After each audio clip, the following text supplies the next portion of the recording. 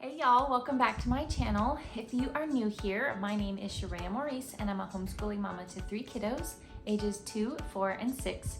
And today I'm sharing my top tips and tricks on how to get through Ambleside Online. So if you're interested in hearing more about that, then hit that thumbs up button and let's get right into it.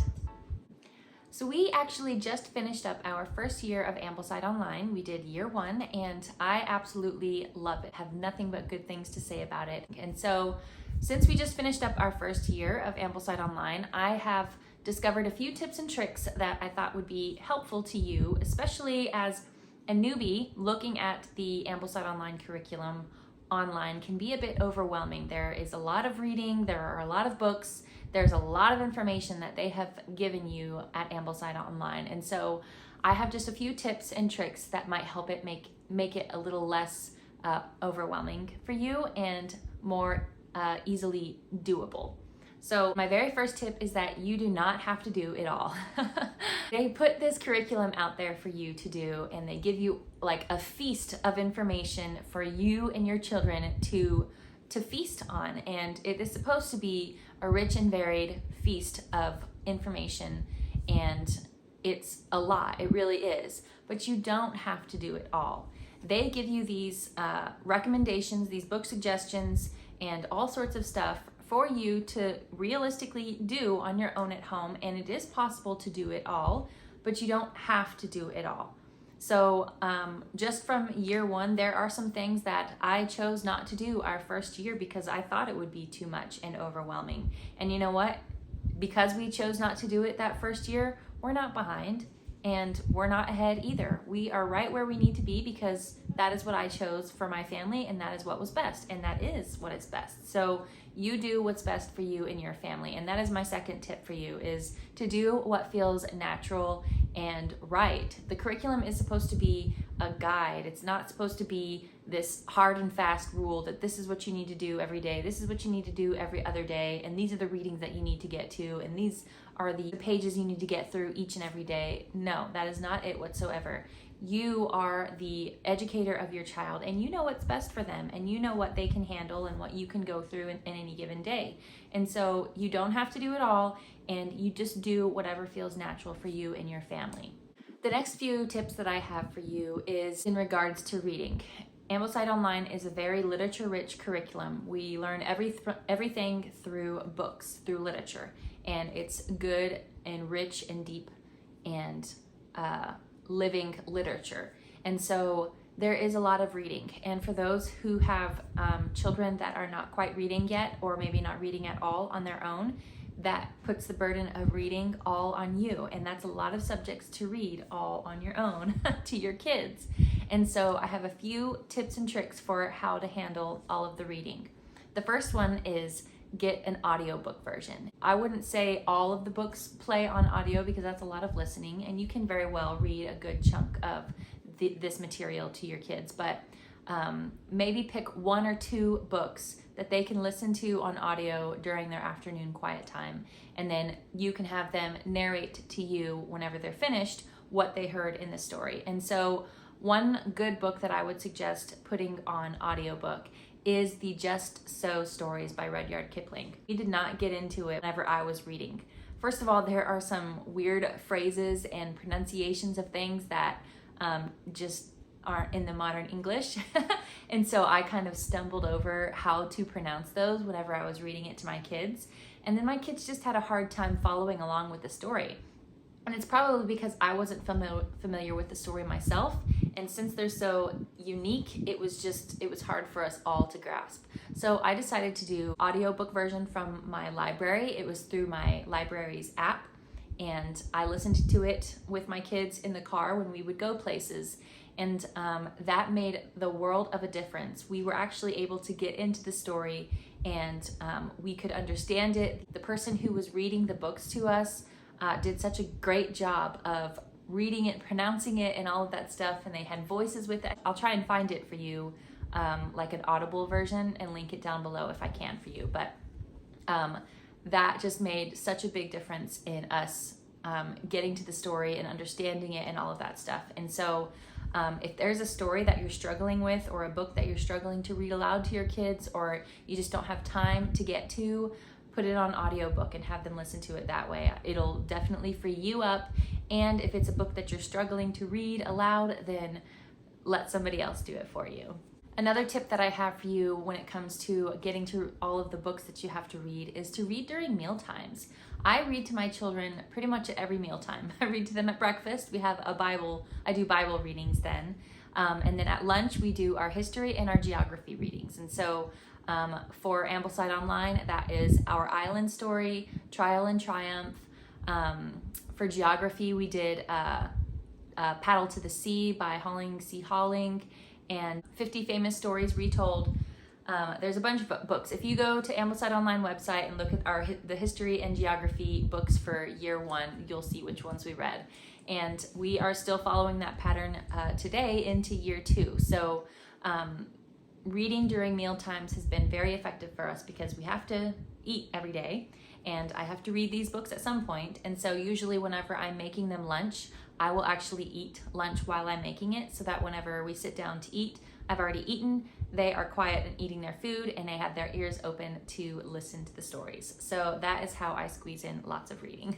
The next tip that I have for you is on choosing whether to purchase the books or not. A lot of people will be overwhelmed by the sheer amount of books in any given Ambleside Online year. I think it's a good 20, 25 books that we read in a school year. And so if you're on a budget, purchasing all of those books can be very expensive. And so a couple of tips wrapped up in accessing the books. So first of all, you don't have to buy them all. And I suggest, honestly, to not buy them all to begin with. Get everything that you can get online or at the library for free first. And then decide if it's a book that you actually like, and especially if you have multiple children who you're going to take through later on. Decide then, after you've read it or after you've gotten into it for a little bit and you know that this is a book worth your investment, then purchase it. I didn't buy any of the books from Ambleside Online Year 1, the book list, when I first started. I got everything from the library, and I got everything, if it wasn't at the library, then I got it on my Kindle or through an audiobook or free ebooks online out on the public domain, and you can download the copies to your Kindle. And so I have a little Kindle book. That's another tip. I highly suggest getting the Kindle E-Reader. I'll link down for you in the description box what I have and what I use regularly. And I know some people are against doing the Kindle, and some people would rather have, just the paper pages. I totally understand that. I was there once too. I'm like, I don't know how to flip through this thing. I like having the material. I like having the book right in front of me so that I can see it. And, how about the kids? They're just going to see me looking at another device, and how do they know that I'm reading? So a few things about that. First of all, definitely get the Kindle. It'll save you a lot of money by not having to have the books in your possession, right? You don't have to purchase them. You don't have to keep track of them from the library. They're all on your Kindle. So it's like a portable library. It's pretty awesome. And then the second thing is get the Kindle that's the very basic. You don't have to have all of the fancy stuff. Mine doesn't even have the time on it. Like whenever I'm reading my Kindle, it doesn't have the time. It just shows the book pages, the words in the book, and that's it. And it doesn't light up. It's not LCD. If I wanted to read from it at night, which I don't, then I'd have to have a lamp because it's like, paper.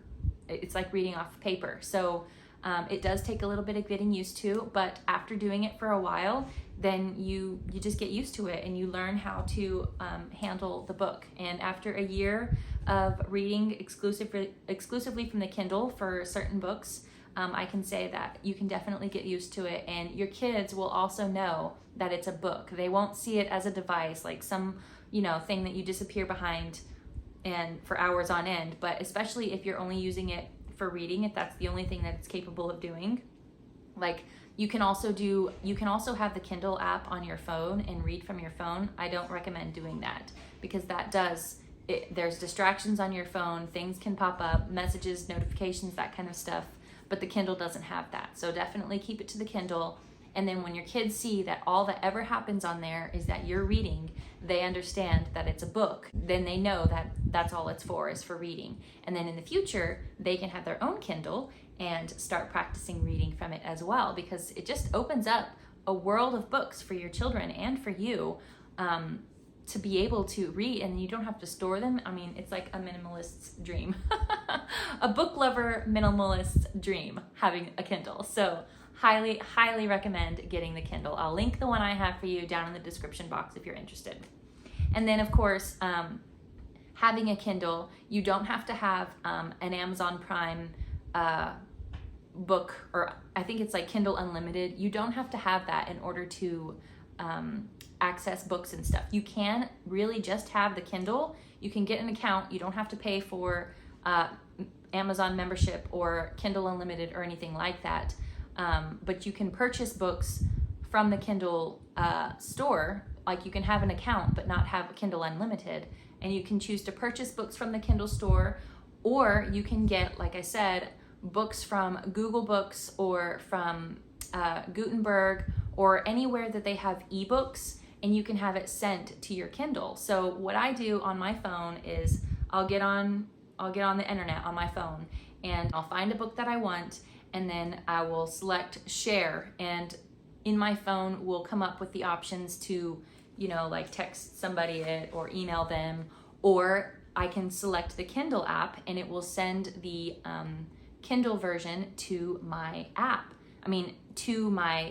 Kindle. And so then I pull up the Kindle app on my phone, make sure that I have it, I can name it. I'm supposed to name the book or something whenever I save it, and then it will save, and then it will be available in my Kindle library whenever it's done downloading. And so then I'll pull out my Kindle E-Reader and I'll go through the archive where I have all of my books, and I'll select the one that I just downloaded from my phone and pull it up onto my Kindle, and then there you have it. I have a free book available right on my Kindle E-Reader. So it's pretty amazing. So that is what I've done for Ambleside Online required reading. So Kindle.